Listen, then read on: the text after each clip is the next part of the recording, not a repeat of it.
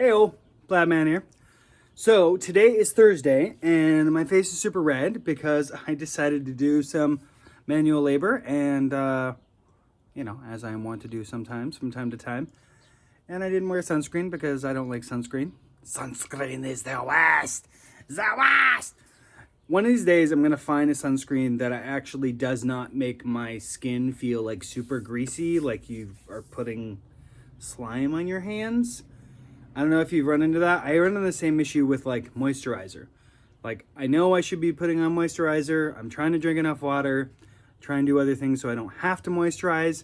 But then I find that there's very few moisturizers that I've run into that don't feel like you put it on and then you're like, you have this like weird coat of skin, like the opposite of shedding for a snake. You're like, oh, cool. Let me just put this other thing on. That's how I feel with moisturizer and sunscreen. Anyhow, both of them have their value and neither of them have anything to do with Throwback Thursday, which is what we are doing today. So I hope you enjoyed my Russian accent. This is very much from the movie Armageddon, where there's a guy with Russian accent, terrific doctor. He does this thing where he's a Russian cosmonaut and has best line in the entire movie. It is basically, he says, Russian components, American components, all made in Taiwan. And he's like hitting the thing while he's doing it. Oh, so amazing. Anyways, so I literally ripped my accent from him. But again, that is not Throwback Thursday. Sorry for the distraction. So today, what we are talking about is sales.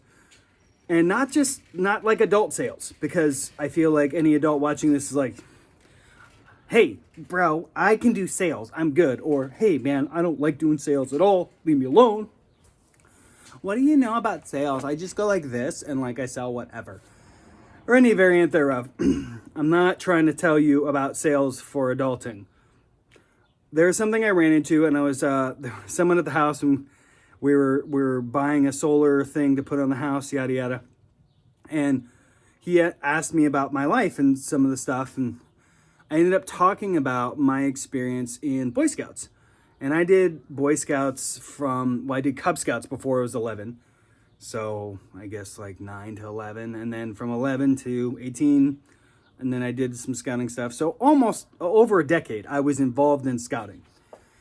And it was rather interesting because Girl Scouts have this thing where they sell cookies, okay? And Boy Scouts have this thing where they sell wreaths. And they used to sell little chocolate cubes, which were actually really delicious. They had us sell See's candies for a bit.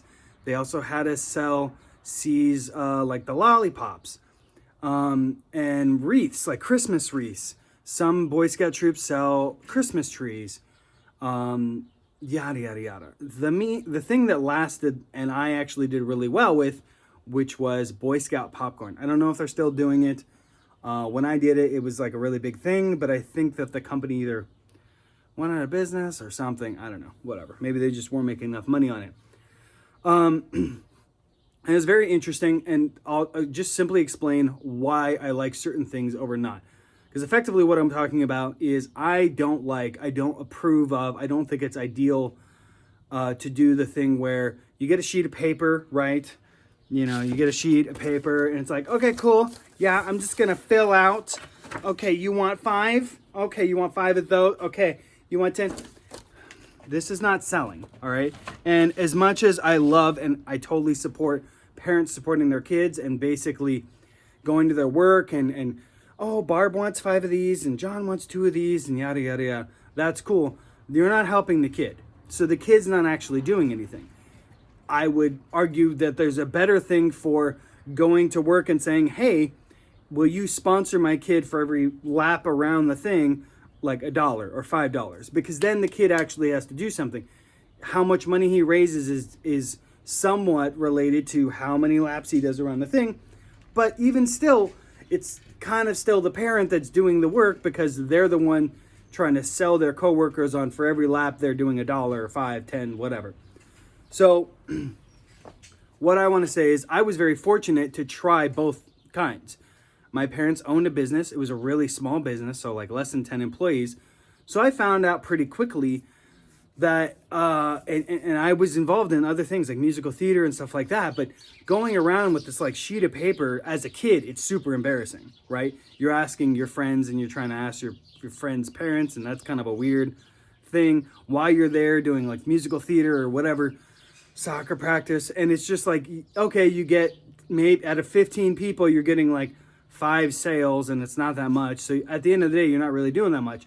So that cool prize, like the remote control car that you want, like you're not getting that because I'm sorry, your parents don't work at Amazon or Google or something like that, which is kind of frustrating. So how are you supposed to get these cool prizes? And it very much feels like a carnival show of, oh, I have to sell like $10,000 worth of this product to get this like $200 item or less, like $100 item or $50 item, whatever. And it's just lame. Well, so I did all those things and I didn't really like them. And I found, thanks a lot to my parents, because both my parents have experience in sales, and my dad especially, tremendous wealth of experience, a lot of book knowledge and a lot of practical knowledge. So I was fortunate enough to, simply put, get access to introduce to Boy Scout popcorn. And initially they did this thing where each troop like purchase said, hey, we think we can sell this much, right? And then we would go around trying to sell that much popcorn. Okay. And if it generally, what would happen is if that popcorn didn't get sold, like we didn't end up having anybody who wanted to buy it, we would return it to this central node, the council, if you will, their building. And it's like, sorry, we couldn't sell it. And they'd be like, okay, no worries, whatever. Well, what I did is I didn't really like doing the write down thing. So when that came around, and it was later, I was like 14, I think, when I started doing that. Boy Scout popcorn, maybe 15? No, 14. Yeah, might have even been 13. Anyways, when I started doing it, what I did is I kept all the leftover popcorn. So it's like, okay, everyone writes down their thing, they deliver it, okay, cool, we have extra. I would keep that, and I would go, what I did is I went to a grocery store. And for the record, I just want to bring up, so there's basically 3 different ways. One is you have other people sell stuff for you, right? Like mom, dad, grandma, grandpa, whatever. You have family selling to people they know, the thing. The kid is not involved in the sales. Then you have the next step, which I've also done, which is like going door to door, okay? I did that with wreaths, where you're knocking on a door and you go, hi, my name is blah, blah, blah, blah. I'm here to do this thing. Are you interested? You don't ask that, by the way. You don't ever want to ask someone like a question that they can say no and it just ends it. So it's just like, one thing I did with popcorn, for instance, was instead of asking, hey, would you like some Boy Scout popcorn? I would say, hi, have you gotten your gourmet Boy Scout popcorn? And most people's automatic response when confronted with a stranger with a question like that is no.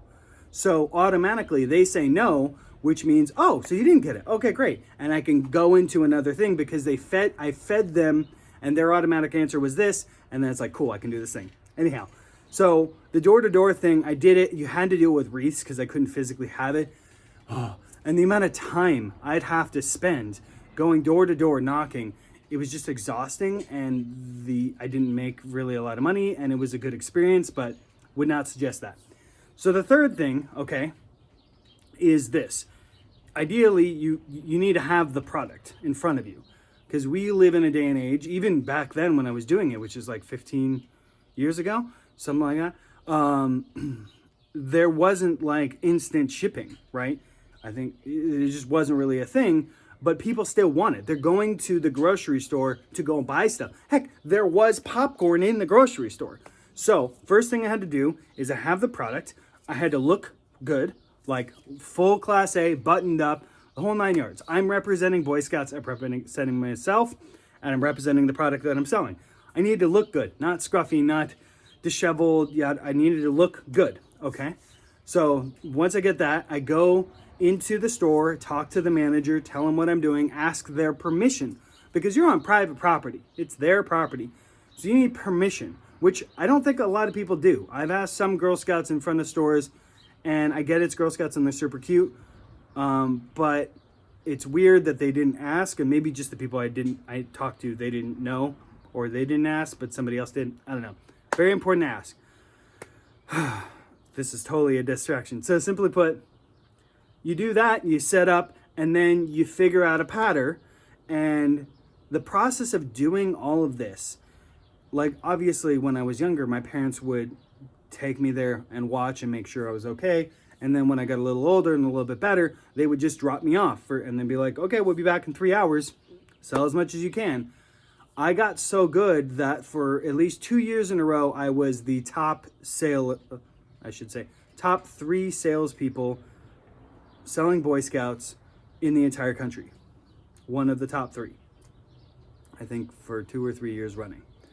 I was so good that I was living in the largest Boy Scout area, and I was top in that. So I don't know how much these other people, but I was selling anywhere between $20,000 to $30,000 worth of popcorn in a year. And what that afforded me to do was I could basically go on any trip with Boy Scouts, buy any gear that I wanted. It's not like I was getting gold-plated backpacks, but it afforded me practical things that I wanted. I could get the watch that I wanted. I could get the knife that I wanted. I could get the fishing pole. I could do all these things, not just like a chotsy thing that mom or dad could just buy me anyways, but a practical, realistic thing.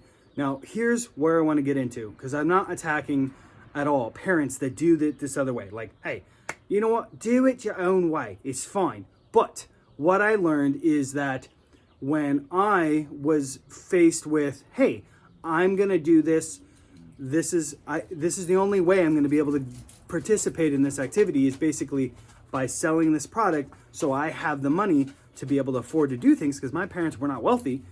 Now it's a game. Now I'm participating. I have to be the person that talks to my parents like, hey, I really want to sell today.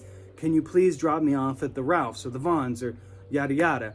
And they would have to okay, sure, let's do it. And take me, and I'd have to prep and put it all in the car and take it out of the car, inventory all my stuff, keep track. I had to learn math. I had to learn inventory. I had to learn how to deal with people. I had to learn how to talk to strangers.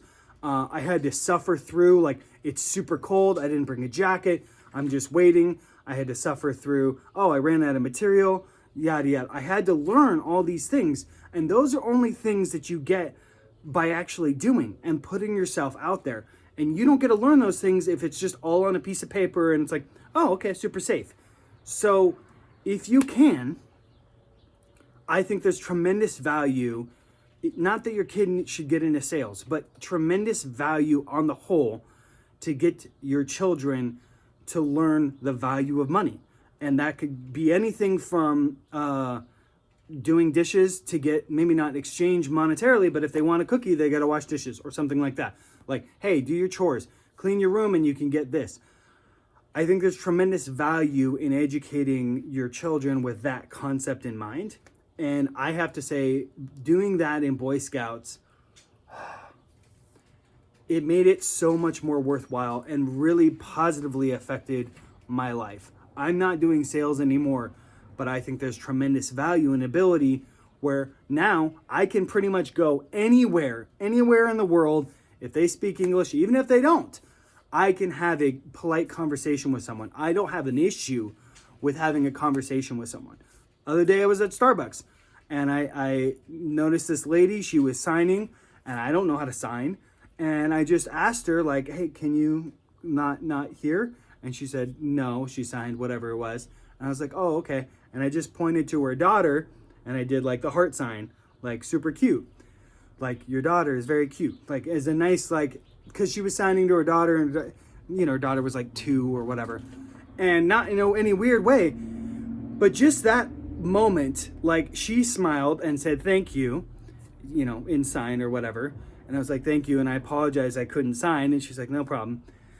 And all of that was just, I'm talking to a total stranger. She probably doesn't remember. She's busy. She's got 2 kids, like, whatever. But it made me feel good. And I felt comfortable talking to that woman. Why? Because I've talked to thousands, tens of thousands of people that have never met before in short things, tried to get them to buy a thing and yada, yada. So there is tremendous value in that. And I would very, very much advocate that it's good to do school, but it's also good to get your kid in a situation where they have to try. They got to struggle.